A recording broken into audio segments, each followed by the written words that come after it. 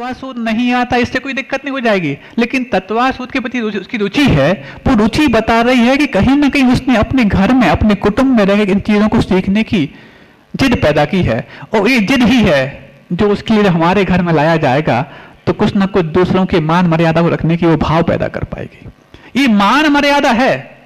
तत्वासूद भक्तामर आना कोई बड़ी बात नहीं, लेकिन तुमने बड़ों का बहुमान रखा है, तब तो जाकर के तत्वासूत्र और भक्तामर का बहुमान किया है। और जिसके अंदर बड़ों का बहुमान करने की भावना है, वही फिर बड़े परिवार में रहने की संभावना व्यक्त कर सकती है। बहुत रहस्यपूर्ण बात है। आज बानपुर के पता नहीं नवीनाथ भगवान का कौन सा अतिशय है कि आज मेरे दिमाग में ये वाली बात आ गई, और आ गई है। भले ही छोटी समाज है, कम संख्या में लोग मिल रहे हैं, लेकिन ये बात सब तक पहुंचाना कि कितनी बड़ी और गहरी बात इसमें छुपी हुई है। अब देखो, इतना तो समझ में आ गया हमारे लिए कि वो बड़े को सहन करने के जो भाव अंदर आ रहे हैं, एक दूसरे को सहन, भले ही आपस में खटपट हो, चार आवाजें आती हों, पहले इन सामूहिक पुण्य को संजोने के लिए बहुत सारे और कार्य किए जाते थे। पुण्य कमाने के तो 6 रास्ते हैं, 6 आवश्यक जिनको आप बोलते हैं, देव पूजा, गुरु उपास्य, स्वाध्याय, संयम, तप और दान। लेकिन सामूहिक पुण्य के बगैर परिवार का कुशल संचालन संभव नहीं। आप व्यक्तिगत पुण्य बहुत कमाते होंगे, पूजा करते, शांति धारा करते, अभिषेक करते, सब कुछ करते, लेकिन ये व्यक्तिगत पुण्य है। जब तक पारिवारिक तौर पर ये पुण्य को कमाने का आपके पास जरिया नहीं है, तब तक परिवार का कुशल संचालन संभव नहीं है। क्यों? व्यक्तिगत पुण्य से आप अपनी व्यक्तिगत आपत्तियों से लड़ सकते हैं, लेकिन सामूहिक आपत्तियों से लड़ने के लिए व्यक्तिगत पुण्य ना काफी है। और विश्वास यदि नहीं है तो एक उदाहरण मैं आपको बताता हूं। अकंपनाचार्य महाराज का नाम आपने सुना होगा। रक्षाबंधन पर उपसर्ग हुआ था, दूर हुआ था रक्षाबंधन पर, तो उसके पहले उपसर्ग हुआ था। 700 मुनिराज थे, क्या कम पुण्यशाली थे? अरे वो अकंपनाचार्य महाराज जो अपने साथ साथ अपने अंडर में रहने वाले 700 मुनिराजों को आचरण पलवाते हो, कितना पुण्य संचित करते होंगे। लेकिन सबका पर्सनल पुण्य तो खूब था, सामूहिक पुण्य नहीं था। तो 7 दिन तक उपसर्ग हो गया, कोई कुछ नहीं कर पाया। और जब वो 7 दिन तक उपसर्ग के दरमियान एक स्थान पर इकट्ठे होकर के ध्यानस्थ हुए, वही उनका सामूहिक पुण्य बना। तो रक्षा के लिए विष्णु कुमार महाराज आ गए रक्षाबंधन के दिन। अरे पहले क्यों नहीं आ गए? क्या पहले विष्णु कुमार महाराज के पास रिद्धियां नहीं थी? लेकिन इन रिद्धियों को प्रयोग करने का भान उनको तब आएगा जब सामने वाले का सामूहिक पुण्य उदय में आएगा। तो हम लोग की उपसर्ग को बाधाएं तो कभी कभार देखने को मिलते हैं, फिर भी हम लोग 5-6 बार इकट्ठे होकर सामूहिक पुण्य का संचय करते हैं, 2-3 बार भक्ति के रूप में, 2-3 बार स्वाध्याय के रूप में। और आप लोग के उपसर्ग और बाधाएं तो दिन में कई बार आते, मानसिक, शारीरिक, राजनीतिक, आर्थिक, पारिवारिक, कौटुंबिक, व्यापारिक, तमाम तरह के। तो कम से कम दिन में एक बार तो सामूहिक पुण्य संचित करने का हमारे पास मौका हो। और सामूहिक पुण्य तो हम संचित तब कर पाएंगे जब सामूहिक रूप से किसी आवश्यक को हम अंजाम दे पाएंगे। सामूहिक रूप से अंजाम तो तब दे पाएंगे जब पहले समूह तो हो, और जब समूह ही नहीं है तो सामूहिक पुण्य कैसे आएगा? और सामूहिक पुण्य नहीं है तो सामूहिक आपत्तियों से कैसे लड़ पाओगे? और जब सामूहिक आपत्तियों से नहीं लड़ पाओगे तो अपने परिवार को अखंड कैसे बना पाओगे? बहुत गहरी बात है। इसलिए इस समस्या का समाधान तुम्हें भी अपने गांव में ही ढूंढना पड़ेगा।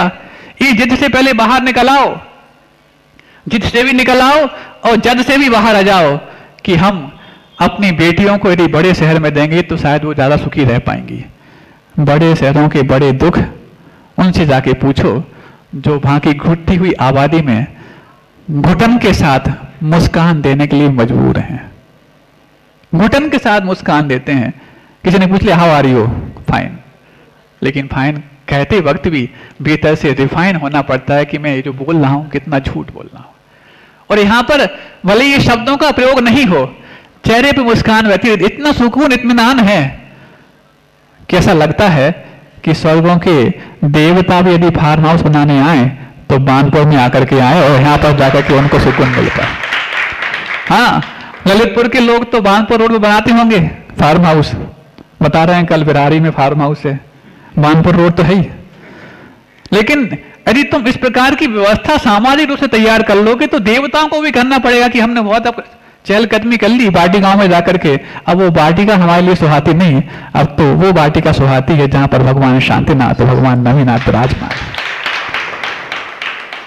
सोचो, ये तालियों से काम नहीं बनने वाले, इस तालमेल को बैठाना पड़ेगा, उस जिद से पहले बाहर लाना पड़ेगा। क्यों आखिरकार ये भीड़ चाल क्यों है? अपने बेटियों से तुम्हें इतनी नफरत क्यों है? जो शहर की घुट्टी आबादियों तो उनको भेज करके तुम उनसे कुछ सुखी होने की उम्मीद करते हो। ये नफरत के भाव हैं, क्योंकि तुमने ये जो नफरत के भाव शुरुआत से भर दिए। छोटा परिवार उस बेटी की मां से पूछना चाहते हैं, यदि यही नफरत के भाव तुम्हारे पिता ने तुम्हारे अंदर भरे होते तो क्या आज तुम्हारी बेटी तुम्हारे पास होती? उनने तो बड़ा कुटुंब देखा, बड़ा कबीला देखा, बड़ा अपना खेत कबीला सब कुछ होना चाहिए, तब जाके हमारी बेटी वहां राज कर पाएगी, क्योंकि वहां पर इतने लोगों को संतुष्ट और सुखी करने का कर्तव्य और उत्तरदायित्व तो उसके हाथों में होगा। शताब्दी जब 21वीं थी, जब 20वीं शताब्दी थी, उस समय एक समस्या थी बोर होने की। आज बोरिंग की समस्या मिट गई। पहले लोग जब अकेले होते थे तो बोर होते थे, आज जब अकेले ना हो पाए तो बोर होते हैं, क्योंकि जब अकेले होंगे तभी उनका एंड्रॉइड काम करेगा, जब अकेले होंगे तभी उनका आईफोन काम करेगा। बुनियादी आवश्यकताएं पहले भी 3 थी, आज भी 3 हैं। पहले रोटी, कपड़ा और मकान के रूप में थी, आज एंड्रॉइड फोन, 5G नेटवर्क, निठल्लापन, इन 3 रूप में है। इन 3 में से एक भी यदि कम है तो समस्या है। आपके पास 5G नेटवर्क है, एंड्रॉइड नहीं, आईफोन नहीं, कोई मतलब का नहीं। दोनों हैं, निठल्ले नहीं, कोई मतलब का नहीं। निठल्ले हो और 5G है, एंड्रॉइड काम नहीं करता तो कोई मतलब का नहीं। मतलब बुनियादी आवश्यकताओं में भी आपने बुनियादी परिवर्तन ला लिया। कैसी अपने आप में सोच विकसित कर दी है, और क्यों कर दी है? क्यों उस भीड़ चाल के शिकार हो रहे हो? अरे सोचो, दुनिया जिस तरफ लौट रही है, आज उसको पाने के लिए हम हाथ मार रहे हैं। जिस वैभव को पाने के लिए तुम हाथ मार रहे हो, और हाथ मार करके पाया हुआ वो वैभव भी जब तुम्हें संतुष्ट ना कर पाए, एक बार भगवान नवीनाथ जैसा लात मारने का प्रयास करना, हो सकता है तुम्हारी संतुष्टि चिरस्थायी हो जाए। बताओ, जिनके वैभव के आगे तुम नतमस्तक हो रहे हो, उनने वैभव को हाथ मार के संतुष्टि पाई थी कि लात मार करके? जब उनके जिनके तुम आदर्श, जिनको तुम अपना आदर्श मानते हो, जब तुम्हारा आदर्श भी वैभव को लात मार करके आदर्श बना है, तो तुम हाथ मार के बन पाओगे, इसकी उम्मीद तुमने कर कैसे की?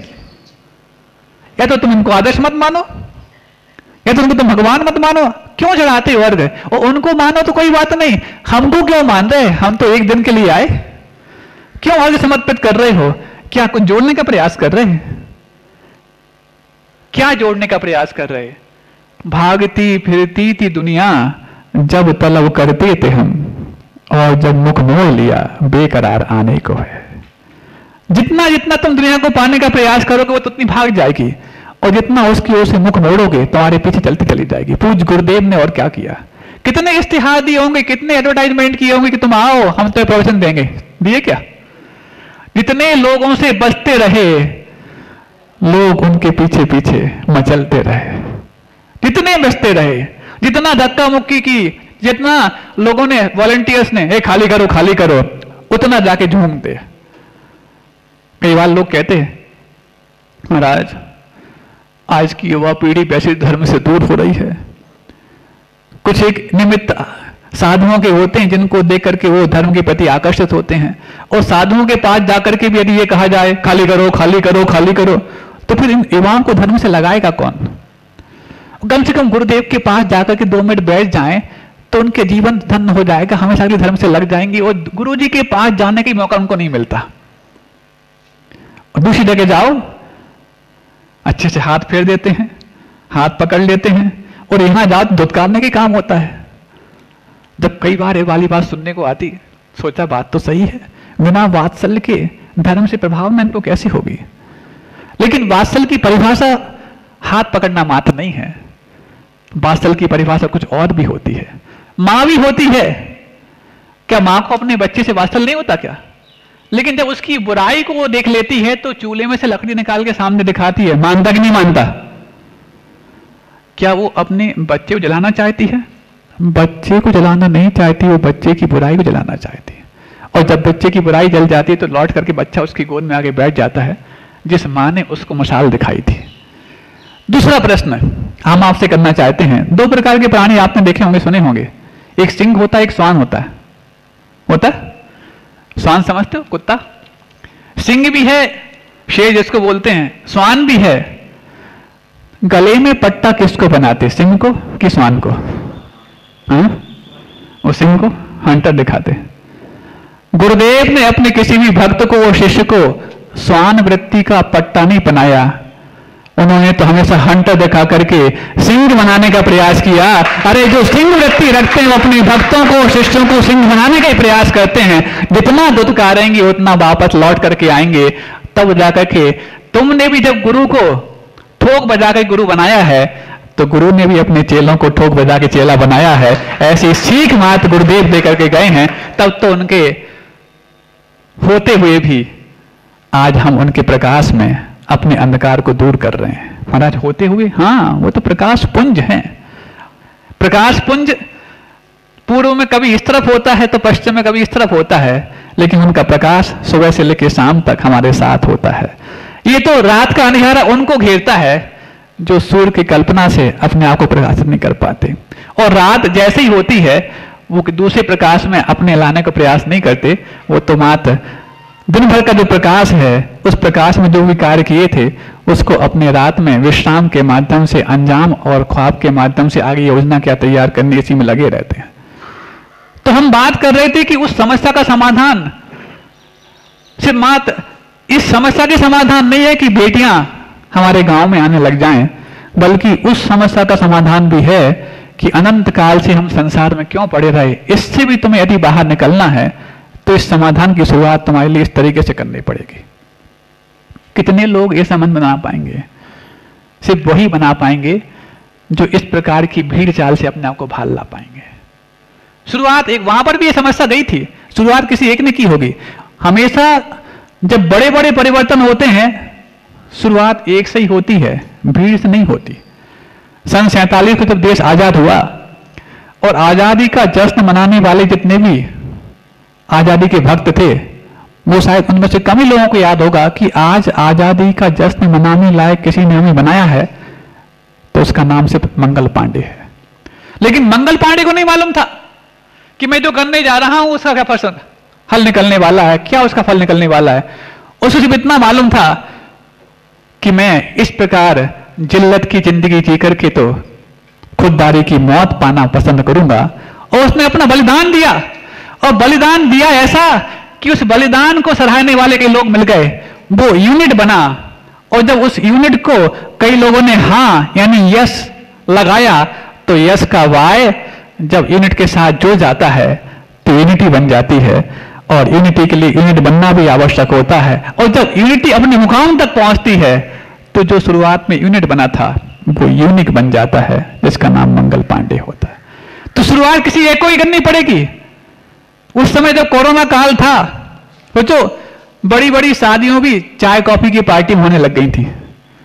आज कोई करके दिखा दे, बेकमंदा बोलोगे तुम लोग, कंजूस बोलोगे। अरे उस समय ऐसा क्या था कि जिसने मात्र 6 कप चाय पिला दी और शादी हो गई, तो उसके लिए बिल्कुल इश्तिहार व्हाट्सएप पे और सोशल मीडिया में छा गया था। महाराज उस समय शादी होना मुश्किल थी, कम से कम चाय कॉफी में हो गई, इसलिए उसको सबने सब आंखों उठा लिया। तो आज भी तो मुश्किल है। आज अनावश्यक खर्चा क्यों किया जाता? आज भी कुछ ऐसे समाजें हो गई हैं जहां पर प्रतिबंध लगा दिया गया है शादी पार्टियों के भोजन के खर्चे पर। अभी हम लोग जालना से होकर के आए थे कुंडलपुर की ओर, जो कि लास्ट ईयर अपना चातुर्मास महाराष्ट्र में हुआ था। क्यों हुआ था? जिंतूर में हुआ था, एक्सीडेंटल था, सबको मालूम है। तो वहां आसपास की समाज, एक हाँ औरंगाबाद की बात आई। औरंगाबाद की जैन समाज ने ये निर्णय कर लिया है कि शादी ब्याह में पानी को मिलाकर के अधिकतम 6 व्यंजन बनेंगे। सुन रहे हो? पानी को मिलाकर के। तुम्हारे यहां तो पानी के 10 व्यंजन बन जाते होंगे, पानी भी, पानी पूरी भी, झोल भी, ये भी, वो सब चीजें। वहां पानी को मिला के अधिकतम 6 व्यंजन बनेंगे। क्यों? गरीब समाज है क्या? एक से एक सेठिया समाज में रहते हैं, लेकिन अपनी सेठियापने का प्रदर्शन वो अपव्यय के माध्यम से नहीं, अपने अंदर संस्कारों के माध्यम से करना चाहते हैं। अरे हम जब हमारे घर में कोई आएगा तो हम सैकड़ों व्यंजन भी बना देंगे, लेकिन जब सामाजिकता की बात आएगी तो किसी पर इस प्रकार का बोझ ना पड़ जाए। कोई गरीब अपनी बेटी को अथवा बेटे को विवाह में ले जाते वक्त इस अफसोस के साथ न ले जाए कि हमारे पास खिलाने लिए इतना नहीं है, और खिला भी दे तो बाद में कर्ज का बोझ उसके ऊपर न लग जाए। इसलिए पूरी समाज ने निर्णय ले लिया कि नहीं, अधिकतम 6 व्यंजन बनेंगे। तो जो उस समाज का निर्णय कितने पुण्य के साथ लिया गया होगा कि हजारों किलोमीटर दूर एक साधु के मुख से उस समाज का नाम निकल रहा है।